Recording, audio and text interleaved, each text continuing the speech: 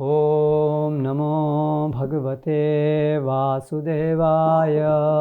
Om Namo Bhagavate Vasudevaya. Om Namo Bhagavate Vasudevaya. Om Namo Bhagavate Vasudevaya.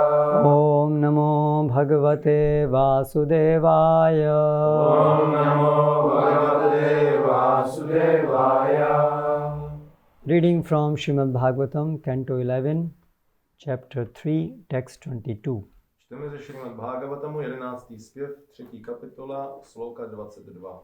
Tatra Bhagavatam Dharman Shikshed Gurvatma Daivataha Amayaya Anuvritya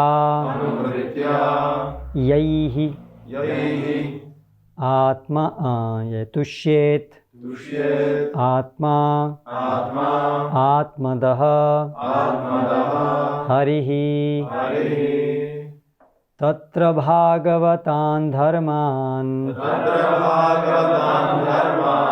Shikshed Gurvatma Daivataha Amayayanuvrityayais Tushyedatmatmado Harihi. This chapter is entitled Liberation from the Illusory Energy. Tato kapitola se nazývá Osvobození od iluzorní energie. And in these series of verses are enumerated the essence of this process of how we can become free from illusory energy. V této sérii veršů je vysvětlen ten proces, jak se můžeme z té iluzorní energie vysvobodit. This process is centered around surrendering unto Krishna. Ten proces se soustředí na odevzdání se Krishnovi. Krishna says in Bhagavad Gita, Daiviyesha gunamayi mama maya durattaya mameva ye prapadyante maya metam tarantite. So this is the essence that we have to surrender to Krishna to be able to free ourselves from Maya. V Bhagavad Gita ve verši Daiviyesha gunamayi, tak Krishna uvádí tu esenci, že to odevzdání se jemu je tu esencí, jak se vysvobodit z máji. And surrendering to Krishna is performed via the agency of Guru. That means we surrender to a spiritual master to surrender to Krishna. A odevzdání se Krishnovi se dělá skrze prostřednictví gurua. Jinými slovy, my se odevzdáváme guruovi, abychom se mohli odevzdat Krishnovi. So in this way, taking shelter of Guru, taking initiation from the Guru, serving the Guru becomes the hallmark of the process of liberation. A přijetí útočiště u gurua, přijetí zasvěcení u gurua, sloužení guruovi, to se stává jako značkou toho, aby člověk mohl se vrátit zpátky k Bohu. So in today's class we will discuss some of the important elements of this process of surrendering unto Guru. A v dnešní přednášce budeme diskutovat některé důležité prvky procesu odevzdání se guruovi. So there are specific activities before we surrender and there are activities which add on after we surrender. Jsou určité aktivity, které je potřeba vykonat předtím, než se odevzdáme, a určité aktivity, které musíme přidat potom, co se odevzdáme. And there are not just activities but the attitude of the disciple or the person who wants to liberate himself from Maya is also very, very important. A není to jenom o těch aktivitách, ale je to i o postoji. Postoj žáka, který se chce osvobodit, je velice klíčový. So, before one can properly surrender to a spiritual master, what should be the attitude of a person, or what are the qualifications for a person to surrender to a guru? A předtím, než se člověk odevzdá duchovnímu mistru, tak jaký by měl být postoj, jaká by měla být kvalifikace toho, kdo chce přijmout pravého gurua?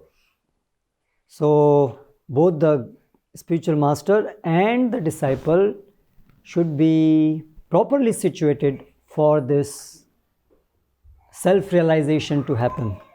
A oba, jak duchovní mistr, tak žák by měli být správně situováni, aby to předání transcendentální realizace se mohlo odehrát. So in text 19 and text 20 of this chapter, Ve verši 19 a 20 této kapitoly there is the essence of the qualification of a disciple.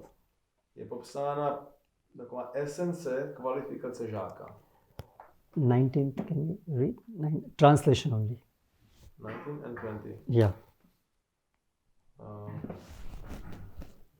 Bohatství je zdrojem utrpení a je to na nejvýš obtížné ho získat.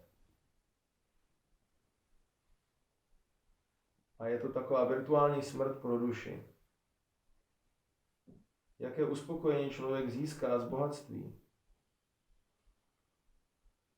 Podobně jak člověk může získat nejvyšší a trvalé štěstí ze svého takzvaného domova, dětí, příbuzných, domácích zvířat, který všichni jsou vydržováni těžce vydělanými penězmi.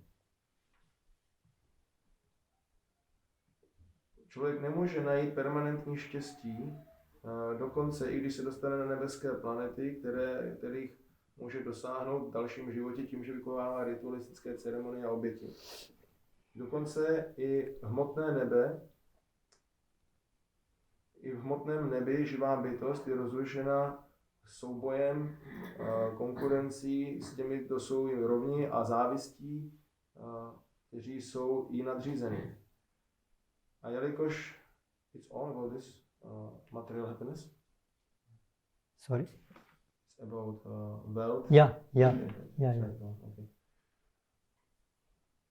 A jelikož sídlo člověka v nebi bude zničeno zničením jeho zbožných aktivit, obyvatelé nebe jsou ovládáni strachem a bojí se konce svých nebeských životů.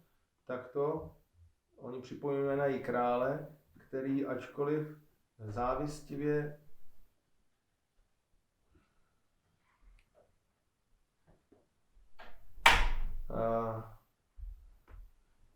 jako je ctěn obyčejnými obyvateli, tak on je neustále naháněn nepřátelskými králi a tímto způsobem vlastně nikdy nezíská skutečné štěstí. So in order that one can properly surrender to a spiritual master, one has to be disgusted with any hope of enjoyment from sense gratification. Aby se člověk mohl opravdu odevzdat duchovnímu mistru, tak musí být znechucen jakoukoliv nadějí na získání smyslového požitku. So in the first verse, 19th verse, how acquisition of wealth in this life and efforts to be happy in this life are futile is explained. A v tom prvním verši, v tom 19. verši je vysvětleno, jak marné jsou snahy pro získávání materiálního bohatství v tomto světě. And the word used there is nitya artidena vittena. The wealth which is nitya artidena, it's source of misery. This wealth is source of misery. A je tady to popsáno slovy nitya artidena vittena. A to znamená, že toto bohatství vittena je zdrojem utrpení.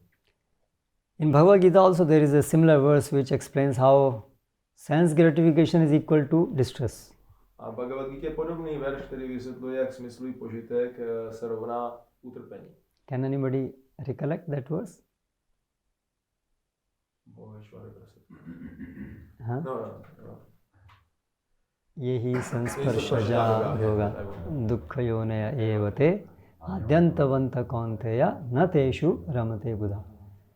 So what ignorant people think as source of happiness, Krishna declares to be source of distress. To, co lidé považují za zdroj štěstí, Krishna prohlašuje za zdroj neštěstí. So we are all mad after accumulation of wealth, but here Krishna says this is eternal source of distress. A tady my se všichni zajímáme o to, aby jsme nahromadili více bohatství, ale Krishna tady říká, že to je věčný zdroj utrpení. The moment the desire comes to acquire wealth, from that moment our distress starts. Jakmile začneme toužit po získávání bohatství, v tom okamžiku naše utrpení začíná. While we are endeavoring to acquire wealth, there is distress. A při tom, co se snažíme získat to bohatství, tam je taky utrpení. Once we achieve wealth, then also it continues. A jakmile toho bohatství dosáhneme, tak utrpení pokračuje. And when we will lose it, as we definitely will, distress will multiply. A jakmile to bohatství ztratíme, což definitivně se stane, tak se to utrpení ještě znásobí. So to realize this fact is a very big achievement. A realizovat, když člověk, pokud se podaří realizovat tuto skutečnost, tak to je velký pokrok. Most of people don't, and therefore they don't take any efforts to search for happiness elsewhere. Většina lidí to nerealizuje a proto nehledá štěstí jinde. And in the Vedic text, for those who are religionists, there is a description of happiness in heavenly kingdoms. A pro ty, kteří jsou zbožní, tak je ve Vedách popis štěstí v nebeském království. In Islam, in Christianity, in Hinduism, there is a hope given. Yes, this material world is actually not very suitable, but there is heaven where there is real happiness. V islámu, křesťanství, hinduismu se říká, no jo, je tady ten svět, to je hrozný místo, ale je tady nebe a tam je to všechno moc krásné. But in the next verse, the text 20, the reality of the happiness of heaven is also explained. Ale v dalším verši, ve 20. verši je popsána i to povaha toho štěstí v nebi. Though in the heavenly planet one can live a very long life, I když na nebeských planetách člověk může žít nesmírně dlouho, but there also it is filled with anxiety of how to retain my post because there is enviousness. ale i tam člověk je naplněn úzkostí, jak můžeš si udržet nebo získat nějaký postavení, je tam závist. Whenever there is sense gratification, there will be this enviousness. Kdekoliv je smyslový požitek, bude taky závist. And ultimately, what is that verse? Shine punne mrtya lokam vishanti. And ultimately, it's anitya. They have to come back to earth. A nakonec, protože to je anitya postavení, musí se vrátit zpátky na zemi. So this understanding that actually in this whole material world, either on earth or heavenly planet, there is no real happiness is the first step towards spiritual life. A to pochopení, že tady není žádné štěstí v tomto světě, ani na této zemi, ani na nejvyšších nebeských planetách, tak to je první krok k duchovnímu životu. When one is qualified with this realization, he is qualified to surrender, to identify a guru and to surrender to a guru. Když je člověk má tuto realizaci, tak je schopen rozpoznat guru a odevzdat se guruovi. But even after surrendering to a guru, this realization has to be kept fresh in our consciousness. Ale i potom, co se odevzdáme guruovi, je důležité udržet si tuto realizaci velice čerstvou v našem vědomí. Maya is always trying to befool us. Mája se nás bude neustále snažit oblbnout. She is just trying to find opportunity where it can delude us. A neustále se bude snažit najít příležitost, kde nás oklame. So therefore we find that it is not uncommon that transcendentalists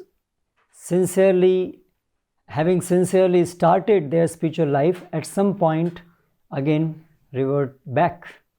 A není to úplně výjimečné, že transcendentalisté, které velice s upřímným postojem začali svou duchovní cestu, se po nějaké době tak nějak vrací zpátky. Therefore, initiation is the beginning, it's not the end.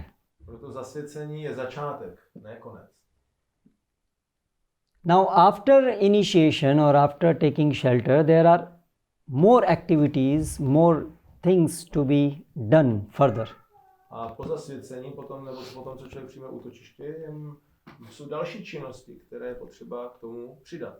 of course, in the next verse, first, whom we should surrender is described. A v dalším verši tak je samozřejmě popsáno, komu bychom se měli. Very famous verse. Tasmad gurum prapadyeta jigyasu shreya uttamam shabde parecha nishnatam brahmani upashamashayam. So, To je velice slavný verš. what are the most important qualities of a spiritual master described in this verse? Anybody would like to Někdo je say? schopen říct, co je ta nejdůležitější vlastnost duchovního mistra popsána v tomto verši? Just try.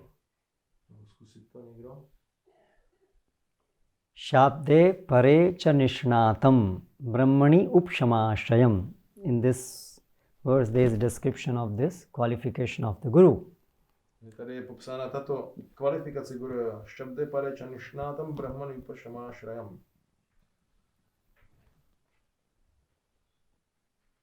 Že přijal poznání skrz živickou posloupnost. He accepted knowledge through the disciplic succession or from the right source through the shabda. Anything else? Ještě něco? So we should try to meditate on this very important verses. Always this will help us to keep ourselves fixed up. Měli bychom neustále meditovat na tyto velice důležité verše, to nám pomůže být fixed up. So nishnata means he is expert. A nishnata znamená, že je expert. Expert in what? Expert v čem? Shabde pare. He is the Brahmani, that is the absolute truth which is in the form of scriptures and in the form of Supreme Personality of Godhead. He is knowledgeable perfectly about these two things. Takže šabde pare a brahmany znamená, že v těchto dvou nebo absolutní pravdu, která je popsána ve védách a že expertem na tyto dvě věci, jako jsou védy a samotný nejvyšší pán. So one who has imbibed the scriptures, teachings in his heart, in his life, and therefore one is fully engaged in service of the Supreme Lord. These are the first two important qualifications of a spiritual master. Plně přijal učení véd do svého srdce a díky tomu je plně zaměstnán ve službě nejvyššímu pánu, tak to je první kvalifikace pravého duchovního učitele. And another important qualification is upashama shrayam. Upashama means one who is detached from enjoying a spirit. A upashama shrayam je další kvalifikace a to je ten, kdo je odpoután od poživatelského ducha. Now, having surrendered to such a guru, what we should do? A když se odevzdáme takovému guruovi, nebo když jsme se odevzdali, co teda máme dělat? That description starts from today's verse. A ten popis začíná dnešním veršem. Tatra bhagavatan dharman shikshet guruvatma daivataha. That means one should go and learn bhagavatan dharma, the science of Bhagavata from that spiritual master. Takže Tatra Bhagavatam Dharman, člověk by měl jít a naučit se vědu o oddané službě od takového duchovního učitele. But what should be the attitude when we try to receive this knowledge from the spiritual master? A jaký by měl být ten postoj, když se snažíme přijmout toto učení od duchovního učitele? So this is very important thing which we want to discuss today, that a disciple should accept the spiritual master Atma Daivataha. These two words are used. Guru Atma Daivataha. Guru as Atma. Guru as one's very self, very soul. And Daivataha, Daiva, worshipable deity. A to je, co budeme dneska diskutovat, že má přijmout duchovní učitele, jak je tady popsáno, guru a guru atma daivataha. To znamená, musí přijmout gurua jako sám sebe, jako své vlastní já a jako uctívatelné božstvo. And with this attitude, when one anuvritya, when one serves the spiritual master, A s tímto postojem, když člověk anuvritya, neboli slouží duchovnímu učiteli, amayaya, without any duplicity, amájaya, bez jakékoliv dvojakosti, then Hari, Supreme Lord, is tushit, is satisfied with such a disciple. pak pán Hari, nejvyšší pán, je tušet, je spokojen s takovým žákem. And then to such a disciple, Hari, Atmada, he gives himself. A takovému žáku pán Hari udělá atmada, neboli dá sám sebe. So, therefore, in this very important verse, attitude of a disciple towards his spiritual master is narrated. A proto v tomto velice důležitém verši ten postoj toho žáka je popsán.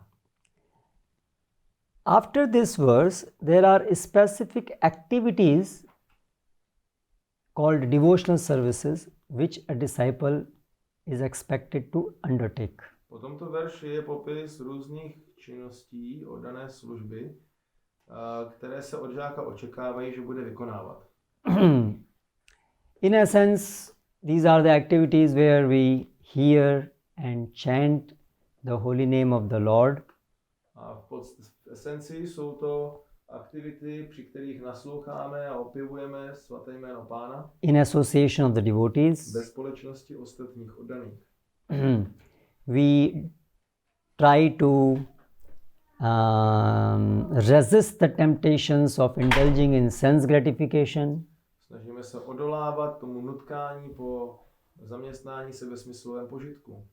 Thereby trying to develop detachment, Snažíme se rozvinout odpoutanost. Carrying out the order of a spiritual master, A nést pokyn duchovního učitele. and in this way it is described how the result will be. It is described in 32. A takto ve 32. verši je popsán, jaký bude výsledek. Can you read that? Dosahujíce lásky k Bohu oddaní někdy hlasitě křičí, hlasitě křičí pohrouženi v myšlenkách na Pána, který nikdy nepoklesává. Někdy se smějí, cítí velkou radost, mluví nahlas k nejvyššímu Pánu, tancují nebo zpívají. Tací oddaní transcendujíc vše hmotné a své podmíněné životy někdy imitují nezrozeného nejvyššího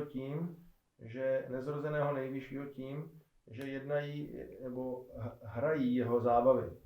A někdy dosahujíce jeho osobní společnosti, oni zůstávají mírumilovní a tiší. So, this is our ultimate goal, that we achieve love of Krishna. A toto je náš konečný cíl, že dosáhneme lásky ke Kršnovi.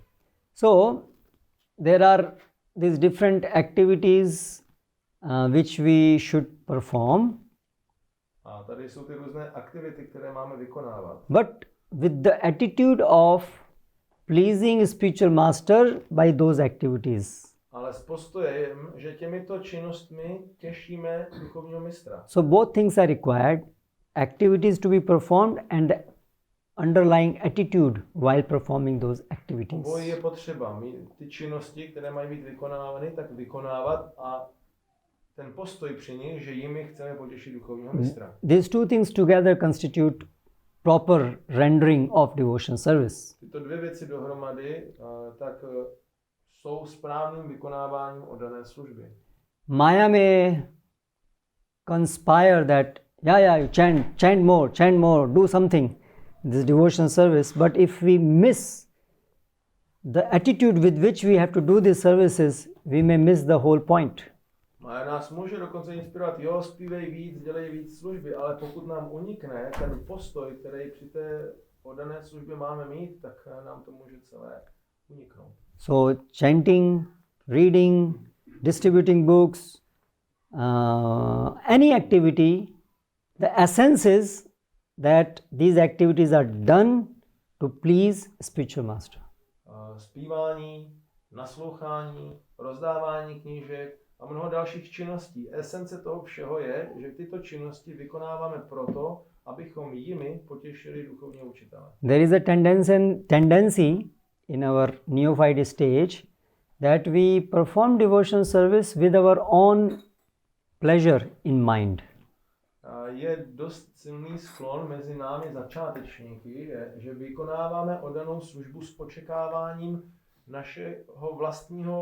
naší vlastní spokojenosti ve své mysli. As a result, we want to do devotional service, those activities which are also pleasing to me. A potom jako výsledek chceme dělat ty aspekty oddané služby, které jsou nám příjemné. We are not so much concerned of what pleases the spiritual master, but we are more concerned about those activities which also go well with my sense gratification. A není pro nás tím hlavním bodem, abychom dělali aktivity, které specificky a obzvlášť potěší duchovního mistra, ale které zároveň jsou příjemné a jdou dobře dohromady se mnou. So in this way Maya can cheat us. A tak nás Mája může podvést. Externally we are performing only devotional service, we are only chanting, we are only reading, doing everything which is prescribed. A tak to nás Mája může podvést, protože my vnějšně děláme všechny ty činnosti, čteme, děláme službu, zpíváme a všechno, co je předepsáno, nic jiného neděláme. But still we have missed the essence of performing these activities. Ale pořád nám ve skutečnosti uniká ta podstata toho vykonávání těchto činností. So to understand this point, I will read from a verse from Chaitanya Charitamrita Adi Leela, chapter 12, text 10. Přečtu tady vers Chaitanya Charitamrity z Adi Leely, kapitola 12, 10. verš. Acharyara matajai sei matasar tanragya langhi chale seit asar. Krishna's Kaviraj Goswami in this says that the order of the spiritual master is the active principle in spiritual life. Krishna's Kaviraj Goswami říká, že pokyn duchovního učitele je aktivní princip v našem duchovním životě. Anyone who disobeys the order of the spiritual master immediately becomes useless. Každý, kdo neposlechne pokyn duchovního učitele, se stává okamžitě někým, kdo je k ničemu. Then he further says, Dhanya Rashi Mape Yaiche Patna Sahite Paschate Patna Udaya Samskara Korite. Paddy is mixed with straw at first. Paddy is mixed with straw. Rice with the husk, it is called paddy. Okay.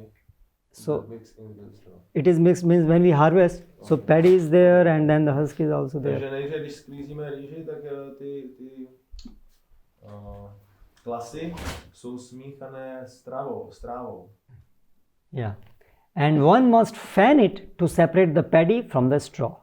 A člověk tam musí tam vytvořit nějaký vítr, aby mohl oddělit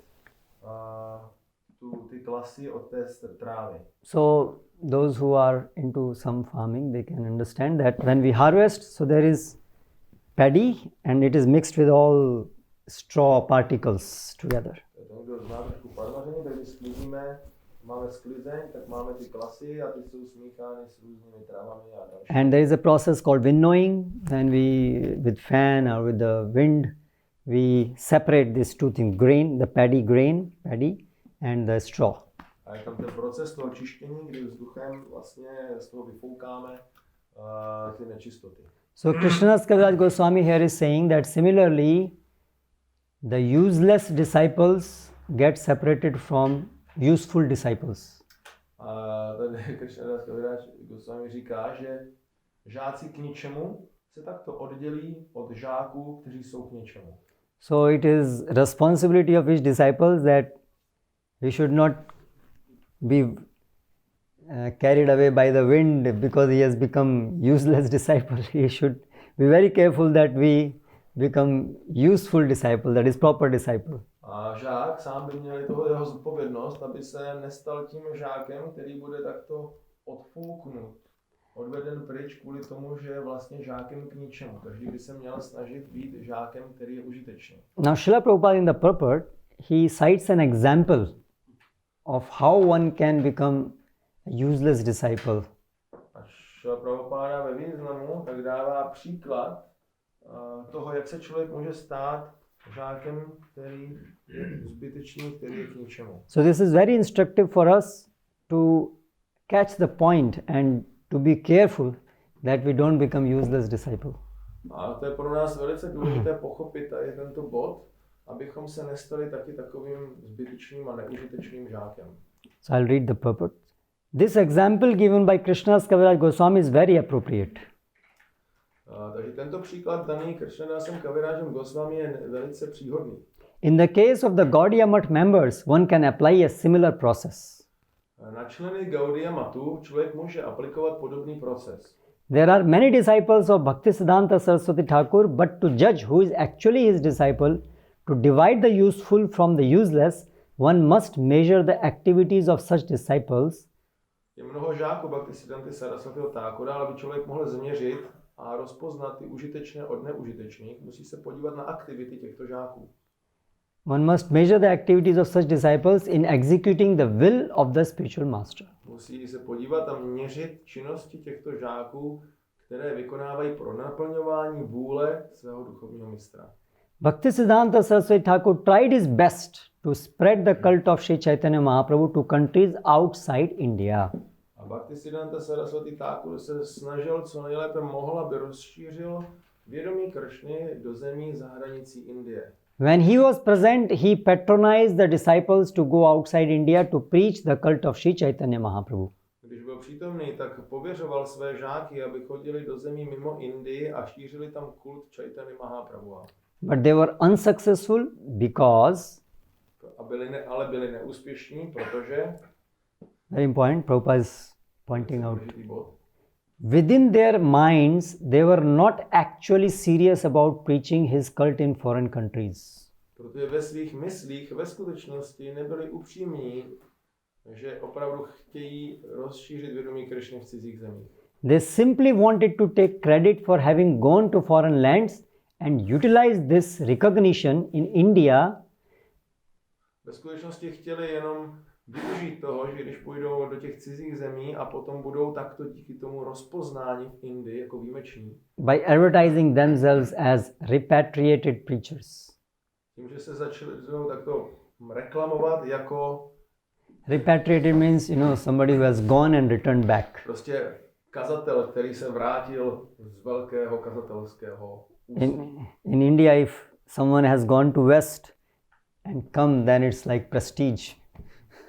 V Indii, když někdo jde na západ a pak se vrátí, tak je to velice prestižní postavení. Much more in these very old times, much more, because it was not easy for anyone to come. A o to víc to platilo v těch dobách, protože to bylo velice těžké se někam takto na západ dostat. Many swamis have adopted this hypocritical means of preaching. A mnoho svámích přijalo tento pokrytecký způsob kázání. For the last 80 years or more. Už to trvá posledních 80 let, možná ještě díl. But no one could preach the real cult of Krishna consciousness all over the world. Ale nikdo nedokázal kázat skutečné vědomí Kršny, skutečný kult vědomí Kršny po celém světě. Can you make out what Srila Prabhupada is referring to here? 80 years he is referring, 80 years, so many swamis. He has a specific thing in his mind. Takže co dokážete pochopit, co má Prabhupada v mysli, když říká 80 let, určitě to má něco specifického. You may not know, but in India it's a big thing. Swami Vivekananda. Vivekananda. Yes. Same group. Yeah, he's the disciple of Ramakrishna. To je Swami Vivekananda. So similar thing he did. He came here and he went back, and everywhere in India, Vivekananda, he went in the West and he established Hindu Dharma there. On podobně šel na západ, pak se vrátil do Indie a tam začal být proslulý jako on byl na západě a tam ustanovil Hindu dharmu. So in India it is advertised as if he did a big change. He brought a big change in the West. A v Indii se to jako propaguje, jakože on udělal obrovskou změnu na tom západě. But Prabhupada, when he came, he said, nobody knows this Vivekananda here in the West. A když Prabhupada přišel na západ, tak zjistil, tady nikdo toho Vivekananda nezná. And Prabhupada is now saying this about his godbrothers also, who went to the West, but they just tried a little bit and then they came back and they were satisfied with that. A Prabhupada podobného světa tady popisuje své duchovní bratry, kdy někteří z nich, oni šli na západ, trošku to tam zkusili jenom, ale moc to jako nehrotili a pak se vrátili a byli s tím spokojeni, že tam byli. They merely came back to India falsely advertising that they had converted all the foreigners to the idea of Vedanta or Krishna consciousness. Oni se vrací zpátky do Indie a falešně propagují, že oni převedli západáky na filozofii Vedanty nebo vědomí Krishny. And then they collected funds in India and lived satisfied lives of material comfort. A tak to potom dokázali hezky nakolektovat dostatečné dotace v Indii, příspěvky a žít si pohodlný život. So Prabhupada's godbrothers also, they went there, came back, then they started institute in Vrindavan. And good, big institute, okay. A Prabhupádovi bratři taky, někteří šli na západ tenkrát, pak se vrátili, získali peníze a ustanovili, jeden z nich má pěkný institut ve Vrindavanu, velký, bohatý. So in one way, yeah, there are devotees practicing, but just see the difference between what Prabhupada did and what they did. To je v jednom smyslu ano, jsou to oddaní, vykonávají oddanou službu, ale můžeme se zároveň podívat na ten rozdíl, co oni udělali a co Prabhupada udělal. Srila Prabhupada could bring this change which was unimaginable, which they just tried and they just left it. A Srila Prabhupada dokázal tu změnu, která pro ty ostatní byla nepředstavitelná, trochu to zkusili, ale vzdali to. So why this difference? Why Srila Prabhupada could do and others could not? Proč je tam takový rozdíl? Proč to Srila Prabhupada mohl udělat a ostatní ne? Prabhupada used to say, in many ways, my godbrothers were much more qualified than me in terms of their learning shastras. Prabhupada mnohokrát říkal, moji duchovní bratři byli kvalifikovanější než já v mnoha aspektech, co se týče třeba jejich učenosti v šástře. That Srila Prabhupada, the reason for that Srila Prabhupada cites, Bhagavad Gita, Vyavasayatmika buddhi ekeha kurunandana bahushakhaya buddhayo avyavasayinam. When Prabhupada read the purport of Vishnacharya Thakur on this verse, k tomu Srila Prabhupada taky uvádí k tomu verši Vyavasayatmika buddhi ekeha kurunandana. Když četl význam od Srila Vishwanathi Chakravartiho Thakura k tomuto verši, Prabhupada took a special note of that purport and Prabhupada made that as the guiding principle of his relationship with his spiritual master. Slyšel Prabhupada, když četl ten význam, tak ho to nesmírně zaujalo a vytvořilo z toho hlavní vodící princip pro jeho vztah s jeho duchovním mistrem. So in that purport, Vishnacharya Thakur explains that for a disciple, the order of his spiritual master is life and soul. He is not bothered about whether he will go to spiritual world or not. His concern is just try to follow the order of his spiritual master. A tom významu Vishwanath Chakravarti Thakur vysvětluje, že pro žáka je jeho duchovní učitel životem a duší a jde mu jenom o to, aby potěšil duchovního učitele. Nezajímá se o to, jestli on půjde do duchovního světa nebo ne, jde mu jenom o to, aby naplnil pokyn duchovního mistra. Now, you see, in Gaudiya Math, Bhaktivedanta Saraswati Maharaj very much wanted that Chaitanya Mahaprabhu's teachings should be taken to West. In Gaudiya Math, Bhaktivedanta Saraswati Maharaj, Gaudiya Bhaktisiddhanta Saraswati Maharaj velice chtěl, aby učení Chaitanya Mahaprabhu bylo přineseno na západ. Do you remember when Srila Prabhupada first met Bhaktivedanta Saraswati Maharaj? That's what he immediately told him. You are educated youth. You should take this message, you should spread this message to the English-speaking world. Pamatujete si, když poprvé uviděl Bhaktisiddhanta Saraswati Šrilu Prabhupádu, tak to je první, co mu řekl. Jste vzdělaní mladí chlapci, měli byste okamžitě šířit vědomí Kršny do anglicky mluvícího světa. And Bhaktisiddhanta Saraswati Maharaj sponsored, he sent his disciples to West. So he had a big scheme that this is what is needed to spread Chaitanya Mahaprabhu's movement, that we have to go to West. When Westerners will take, then the world will take. That was Bhaktisiddhanta Saraswati Maharaj's strategy. Bhaktisiddhanta Saraswati do toho investoval a posílal své žáky na západ a to bylo v jeho mysli, že takto se bude naplněno poselství Pána Chaitanya, že lidi ze západu přijmou vědomí Kršny, a když oni to přijmou, tak celý svět pak přijme. You see, acharyas like Bhaktisiddhanta Saraswati Maharaj, Srila Bhaktivinoda Thakur, Srila Prabhupada, they are guided by Krishna how this world, how their desire, Chaitanya Mahaprabhu's desire can be fulfilled through such powerful acharyas. Takže můžeme vidět Bhaktivinoda Thakur, Bhaktisiddhanta Saraswati, Srila Prabhupada, tak oni jsou vedeni Kršnou, jak udělat to, aby ta touha Pána Chaitanya Mahaprabhu byla naplněna. Because they are very dear, they are very surrendered, so therefore such an idea or such a methodology is only revealed to them because they are only capable to do it. A oni jsou velice odevzdaní a velice pohroužení do toho, a proto jim je právě vyjevená tato metodologie, jak to udělat, protože oni jsou jediní schopní toho, aby to udělali.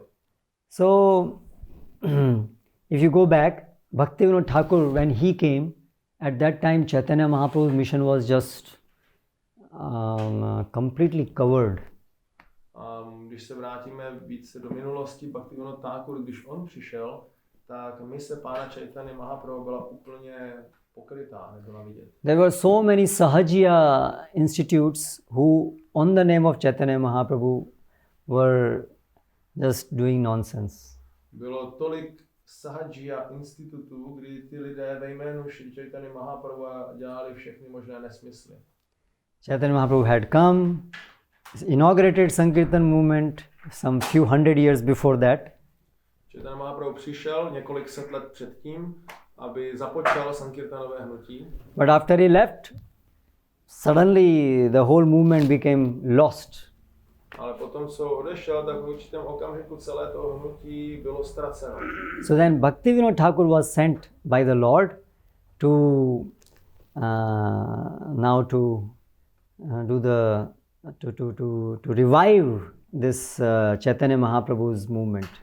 Ale pak byl Bhaktivinoda Thakur seslán nejvyšším pánem, aby znovu obnovil toto Chaitanya Mahaprabhuvo hnutí. So specifically by his writings, Bhaktivinoda Thakur, by his writings and of course by preaching and by bringing Bhaktisiddhanta, Bhaktivinoda Thakur again established Chaitanya Mahaprabhu's pure teachings. Ale potom Bhaktivinoda Thakur hlavně svým psaním a také svým kázáním a tím, že přivedl taky na svět Bhaktisiddhantu Saraswati, on znovu ustanovil ten kult Chaitanya Mahaprabhu v tom čistém stavu.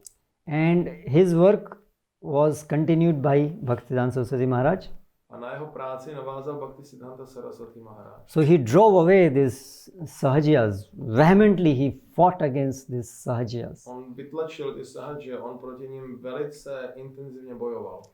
But then he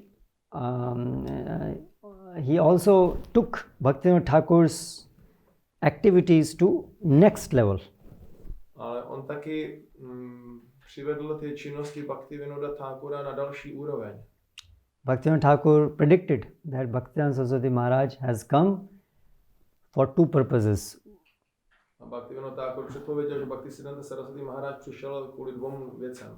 First, to establish pure chanting of the holy name, and second, to establish Daiva Varnashrama. Aby za prvé ustanovil čisté zpívání svatého jména a za druhé, aby ustanovil Daiva Varnashramu. So Bhaktivinoda Thakur first, by his books, by his writings, he differentiated from misrepresentation of Chaitanya Mahaprabhu from the real teachings of Chaitanya Mahaprabhu. Bhaktivinoda Thakur jako první, on vlastně odlišil to nepravé následování Chaitanya Mahaprabhu od toho skutečného pravého. And Bhaktivedanta Swami Maharaj further took to like practically taking these teachings out throughout India by his Gaudiya mission, Gaudiya Mutt, and to practically counteract all such people, not just writing form, but it's now establishing that and kicking them out. Bhaktisiddhanta Saraswati Thakur to pak prakticky vzal a začal rozšiřovat tyto principy po celé Indii v rámci Gaudiya Mattu a nejenom, že by psal, ale taky opravdu prakticky odkopával všechny tady tyhle cestní pochopení. So the second part, Daiva Varnashrama establishing what he did, especially Bhaktivedanta Swami Maharaj, what he did. A proto ustanovení Daiva Varnashramy, co specificky udělal Bhaktisiddhanta Saraswati? He established that this becoming a spiritual master, Goswami, this is not by birth, these are all by qualities. Ustanovil specificky to, že aby se člověk mohl stát duchovním mistrem nebo Gosvámím, že to není založeno na tom, jak se narodil, ale je to založeno na vlastnostech, které má. And the caste Goswamis, the caste Brahmanas, the Smartas, everyone was against him in India. Kastovní Gosvámi, Smarta Brahmanové, kastovní Brahmanové, všichni v Indii byli proti němu. Even they conspired to kill him. Ve skutečnosti udělali konspiraci a snažili se ho zabít. So such a challenge he took on. Takovou výzvu na sebe vzal. And then he told Prabhupada, you now go to West and there you establish Chaitanya Mahaprabhu's teaching and then the world will take. A potom on řekl našemu člověku Prabhupádovi, ty vezmi toto učení na západ, tam ustanoví Chaitanyovou misi a potom to rozšíří se do celého světa. So you see, it's a great strategy, great plan of the Lord, step by step revealed through acharyas. Vidíme, že to je úžasná strategie, která je takto postupně vyjevená pánem skrze áčáry. So for Bhaktivedanta Swami Maharaj going to West and establishing it in the West, among the Westerners was his key desire. A u Bhaktisiddhanty Saraswati Thakura přivést toto poznání na západ a ustanovit to mezi lidmi západu byla velice klíčová touha. And specifically in the form of distributing books, establishing through book distribution. Zvláště skrze distribuci knížek, ustanovit to skrze distribuci knih. So Prabhupada took it to his heart and he said, he has said that. Prabhupada to vzal si k srdci a řekl, I thought it's very difficult work, but I thought, let me try. Prabhupada řekl, myslel jsem si, je to velice těžký úkol, ale aspoň to zkusím. But let me try was not just a small thing for Prabhupada. He really tried. Ale to jako aspoň to zkusím nebylo, že by to dělal jenom tak trošku. Opravdu se snažil ze všech sil. He did not give up. Nevzdal to. Unlike his god brothers, he did not give up. Na rozdíl od jeho duchovních bratrů, on to nikdy nevzdal. It's very easy. Just imagine the situation there. We went there, we tried. Already some god brothers have gone. No result. I also went. Difficult. Okay, maybe it's not for... Time is not ripe. Takže je to jednoduchý takhle přijít tomu závěru. On už tam byl někdo přede mnou, nešlo to, nepovedlo se to, já jsem tam byl taky, nedaří se, nejde to, prostě asi ještě není zralá doba. But Srila Prabhupada put on stake everything, his life even. He put on stake. Ale Srila Prabhupada tomu obětoval úplně všechno, dokonce riskoval i svůj vlastní život. This is called making the order of Chittete Koriyo Aikya, Guru Mukha Padma Vakya Chittete Koriyo Aikya. Means it's like your life and soul and you want to sacrifice your life for that. A to je ve skutečnosti ten význam, že pokyny duchovního mistra se stanou Chittete Koriyo Aikya, se stanou jedním s naším srdcem, že vy jste za ty pokyny duchovního mistra ochotní obětovat celý svůj život. And you see his god brothers, they were discussing Chaitanya Mahaprabhu, Prithivite Acha Chaitanya Adhigram, everywhere in the West also people will take. You don't see it, how it is feasible.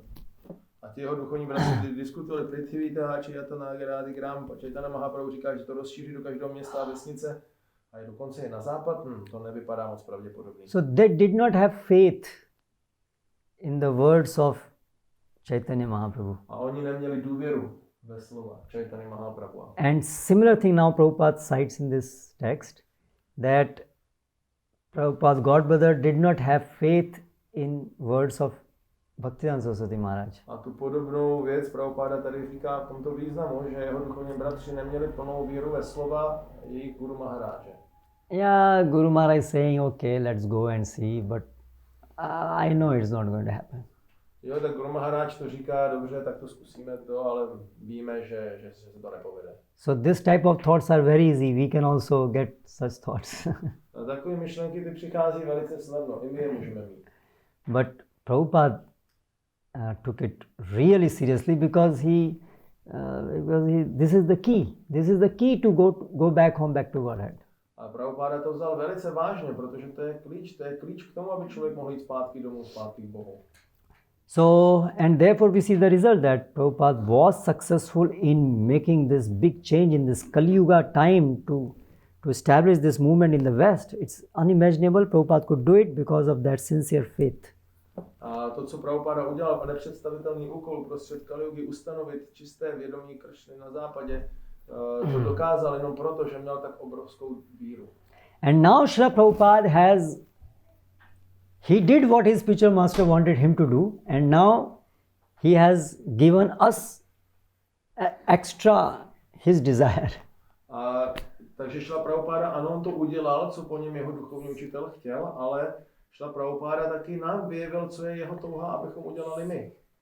This desire is to establish Varnashrama along with what Bhaktivedanta Saraswati Maharaj gave, along with book distribution, Varnashrama.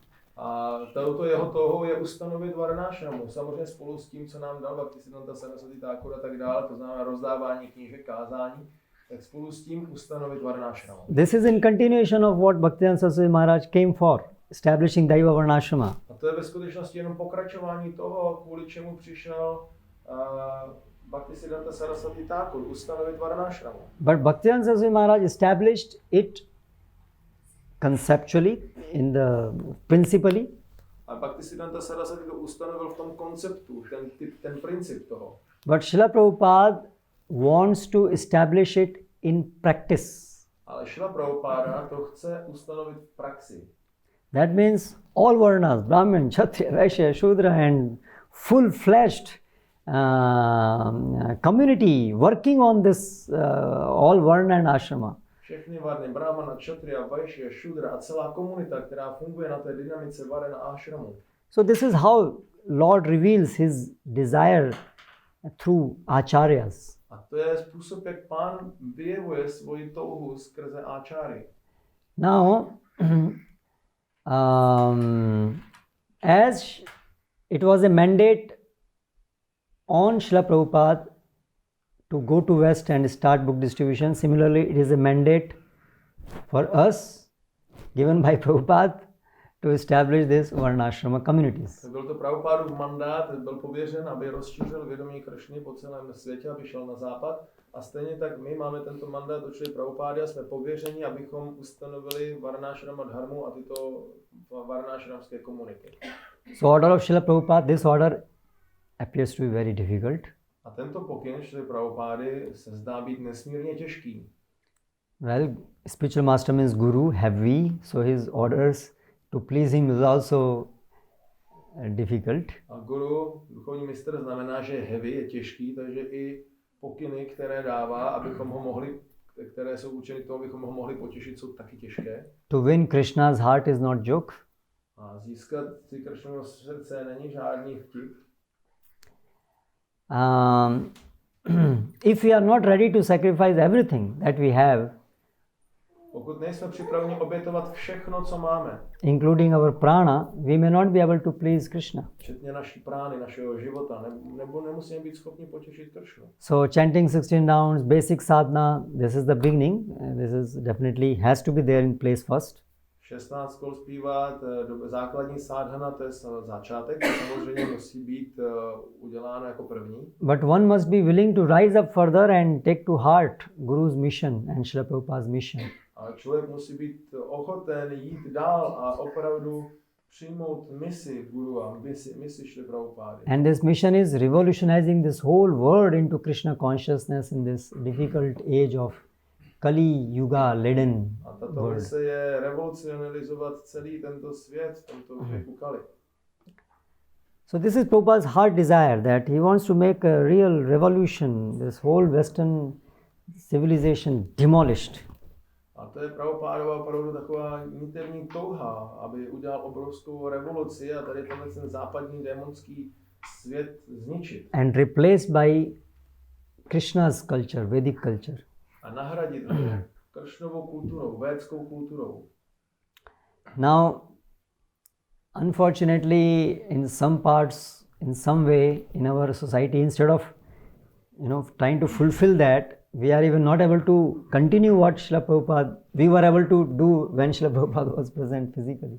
A na neštěstí v mnoha částech naší společnosti místo, aby se opravdu intenzivně rozebíral tento bod, jak to udělat, tak často ani nejsme schopni ani pokračovat s tím, čeho oddaní byli schopni za Srila Prabhupády. Deity worship standards, not eating karmi food, that missionary zeal to preach, all these things have in many ways come down.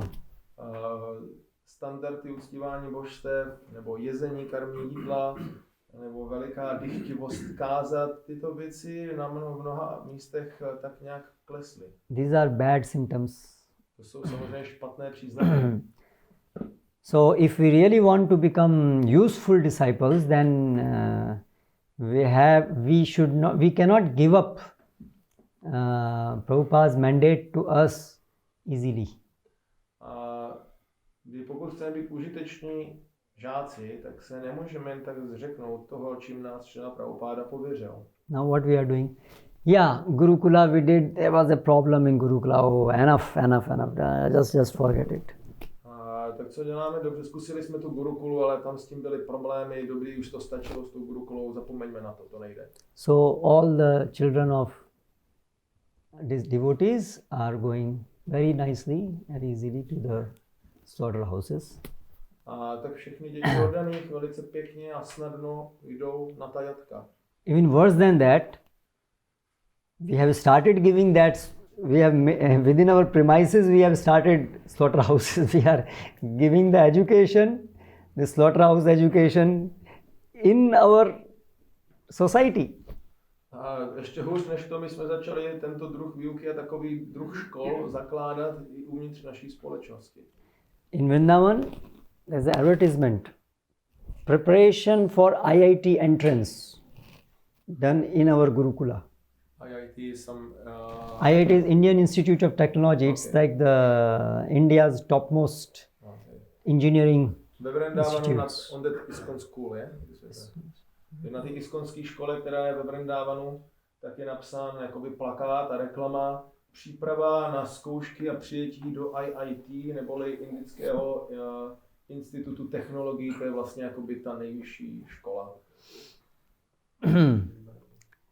So, idea of Gurukula has been completely changed. Name is there, Gurukula, but that substance is not there, it's changed. Že to jméno zůstalo, pořád se to jmenuje Gurukula, Vrindávanská, ale ta podstata se nějak změnila.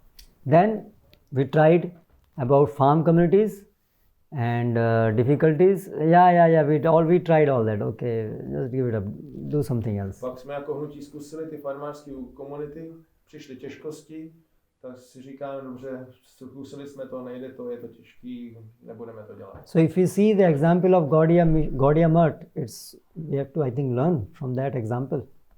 A tady z toho příkladu Gaudiya Muttu bychom se měli hodně poučit. They did not take the order of Bhaktivedanta Saraswati Maharaj seriously. Similarly, if we will not take this order seriously, we will also become useless. Oni nepřijali pokyn svého duchovního mistra Bhaktivedanta Saraswatiho vážně, a my když ho taky nepřijmeme vážně pokyn Srila Prabhupády, tak taky budeme k ničemu. Therefore, Bhaktivedanta Maharaj also, he is very particular that whatever Srila Prabhupada wanted, we should sacrifice everything, whatever we have, to try to do that. Proto i Bhakti Vikas Swami Maharaj tolik zdůrazňuje, že cokoliv Šrila Prabhupada chtěl, tak bychom proto měli obětovat úplně všechno. Všechno, co máme, tomu dát. So we have to keep in mind that Prabhupada wanted to revolutionize the world. We should not be just, our target should not be just my chanting and some reading and okay, that's not the target. A my musíme mít to pochopení, že Prabhupada chtěl udělat revoluci na světě. Nejenom si mít v mysli moje japa a moje čtení, a to není ten cíl. And for this revolutionizing, mainly two tools, Prabhupada said, book distribution and farms. So we should do our best, whatever we can, everything to push on, continue, not give up these two things. Takže pro tu revoluci Šrila Prabhupada hlavně měl připraveny dvě věci, a to jsou knížky a farmy. And of course, to bychom měli s plnou energií tyto věci vykonávat a dát tomu všechno. And of course, not just two things, there are also other things, temples and other things also are important, but specifically these two things are very important. A samozřejmě jsou tady i další věci, nejenom tyto dvě věci, jsou tady chrámy a další aspekty našeho kázání, ale zvláště tyto dvě věci mají výjimečnou důležitost. So now in the farms also challenges are there. Any order to combat this Kali Yuga is not going to be easy anyway. A tak na těch farmách taky obrovské výzvy jsou tady. Bojovat s Kali Yugou není snadné. So we should not give up easily that, yeah, it's difficult, we tried and give up. No, we have to go on trying this way, or no, this is some problem here, so okay, like little this, little that. But we should really be serious about this. Neměli bychom to vzdávat, tady je problém, dobře, tak to zkusíme z druhé strany, tohle se nepodařilo, nevadí, pokračujeme dál a pořád se snažit a měli bychom to vzít s plnou vážností. We may not be in the front line, but then we should be in the support, full support to the frontliners. A nemusíme být třeba v té první linii, ale pak bychom měli být plnou podporou pro ty, co jsou v první linii. But it should remain our persistent meditation, how to push on this. Ale mělo by to neustále být naší trvalou meditací, jak to tlačit dál. So this is what I wanted to elaborate, that very important point. Hare Krishna.